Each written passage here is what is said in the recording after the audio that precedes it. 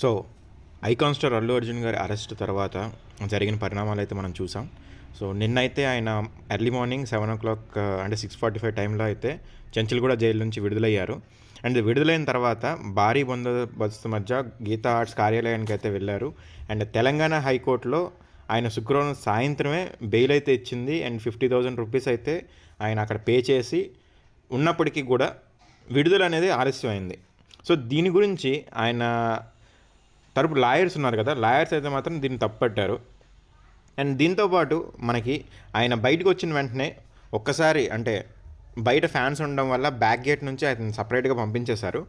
And దాని తర్వాత మనకి డైరెక్ట్గా గీతా ఆర్ట్స్ కార్యాలయానికి అయితే వెళ్ళారు. వెళ్ళిన తర్వాత మనకి సీనియర్ అడ్వకేట్స్ నిరంజన్ రెడ్డి గారు అండ్ జి అశోక్ రెడ్డి గారితో పాటు ఆయన కొంతసేపు మాట్లాడడం అయితే జరిగింది. అండ్ ఇదంతా జరిగిన తర్వాత నెక్స్ట్ మనకి ఈరోజు మనకి అల్లు అర్జున్ గారు అండ్ స్నేహారెడ్డి గారు ఇద్దరూ కూడా ఈరోజు వాళ్ళ మామయ్య చిరంజీవి గారిని అయితే కలవడం జరిగింది.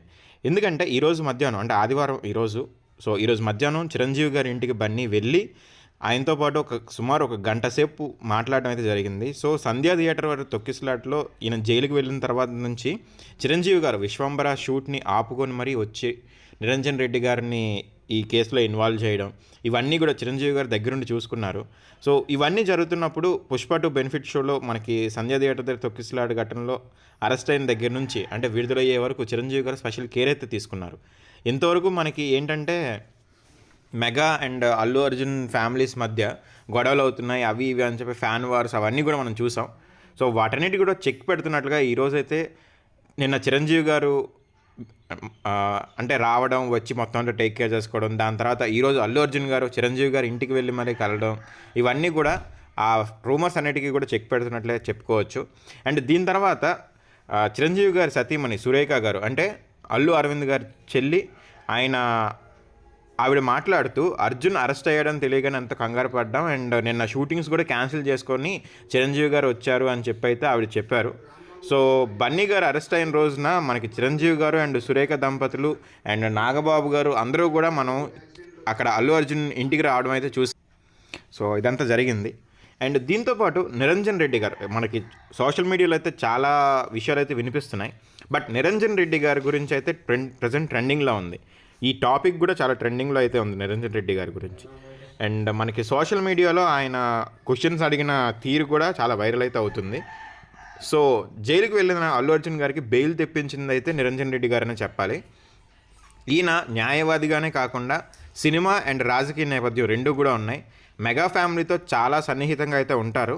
అండ్ జగన్ కేసుల్లో కూడా ఈయన న్యాయవాదిగా ఉండడం వల్ల ఇక్కడ మనకు ఒక సర్క్యులేషన్ అయితే ఉంది. ఏంటంటే జగన్ గారే చేయించారు అని కొంతమంది అంటుంటే, కొంతమంది లేదు చిరంజీవి గారు క్లోజ్ కాబట్టి చిరంజీవి గారు ఆచార్య మూవీకి కూడా ఈయనే ప్రొడ్యూసర్, సో ఆయన చేయించారని చెప్పి అన్నారు. బట్ చూసుకున్నట్లయితే అల్లు అర్జున్ గారు అరెస్ట్ అయిన వెంటనే మెగా ఫ్యామిలీకి గుర్తొచ్చిన పేరు నిరంజన్ రెడ్డి. సో చిరంజీవి గారికి చాలా క్లోజ్ అనమాట నిరంజన్ రెడ్డి గారు. అటు పోలీసులు అరెస్ట్ చేసిన తర్వాత నాంపల్లి కోర్టుకు అల్లు అరవింద్ గారు ఒక లీగల్ టీమ్ని ఏర్పాటు చేసుకున్న తర్వాత చిరంజీవి గారు ఎంట్రీ ఇచ్చి అల్లు అర్జున్ ఇంటికి వెళ్ళి అటునుంచి హైకోర్టులో క్వాష్ పిటిషన్ దాఖలు చేయాలని చెప్పి వెంటనే మెగా కాంపౌండ్ నుంచి నిరంజన్ రెడ్డి గారితో కాంటాక్ట్ అయ్యారు.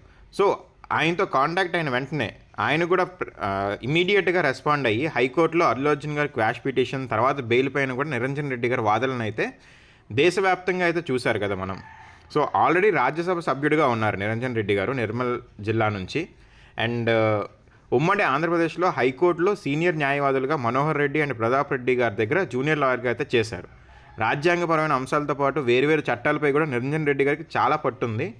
అండ్ ఇది మనకి స్పెషల్ సీనియర్ కౌన్సిల్గా కూడా పనిచేయడానికి చాలా కేసుల్లో ఉపయోగపడింది.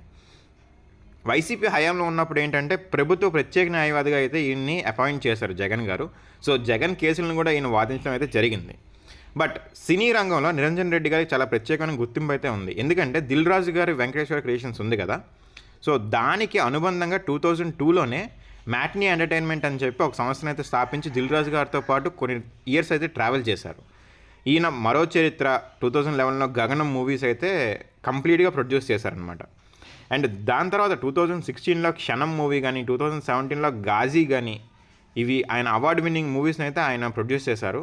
అండ్ ఆచార్య మూవీకి ప్రొడ్యూసర్గా ఆయన ఆల్రెడీ మెగా ఫ్యామిలీకి చాలా క్లోజ్. సో ఆచార్య మూవీని ప్రొడ్యూస్ చేశారు. ఇదైతే లాస్ అయింది. సో దీని తర్వాత ప్రజెంట్ మనకి అల్లు అర్జున్ గారి కేసులో వాదనలు అవన్నీ అవుతున్నప్పుడు గోదావరి పుష్కరాల టైంలో ఏపీ సీఎం చంద్రబాబు గారు వెళ్తే అక్కడ 30 మంది చనిపోయారు అని చెప్పి ప్రస్తావిస్తూ, ఇక్కడ మనకి అల్లు అర్జున్ గారు వచ్చినప్పుడు కూడా అలాగే సేమ్ మనకి ఒక ఆవిడ చనిపోవడం జరిగింది. దానికి మనకి ఒక డిజాస్టర్లా భావించాలి తప్ప దీన్ని అల్లు అర్జున్ గారి మీద బ్లేమ్ చేయడం కరెక్ట్ కాదు అనే విధంగా అయితే ఆయన మాట్లాడారు. దీంతోపాటు ఈయన ఆల్రెడీ పోలీసులకి ఇన్ఫర్మేషన్ ఇచ్చారు.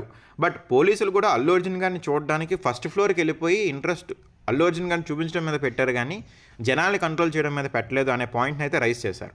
సో ఈ పాయింట్ ఒక్కటి చాలా హైలైట్ అయింది. సో మొత్తంగా అయితే అల్లు అర్జున్ గారికి బెయిల్ వచ్చేలా చేయడంతో నిరంజన్ రెడ్డి గారు అయితే హీరో ఆఫ్ ది డేగా నిలిచారు. అండ్ దీని వెనకాల ఉన్న చిరంజీవి గారిని ఈరోజు అల్లు అర్జున్ గారు స్పెషల్గా వెళ్ళి కలవడం అయితే జరిగింది. సో దీనికి నిరంజన్ రెడ్డి గారు రావడానికి అన్నిటికీ కారణం అయితే చిరంజీవి గారనే చెప్పుకోవాలి. సో ఈ పాయింట్ అయితే ఈరోజు చిరంజీవి గారిని మీట్ అవడంతో అయితే క్లారిటీ వచ్చింది మనకి.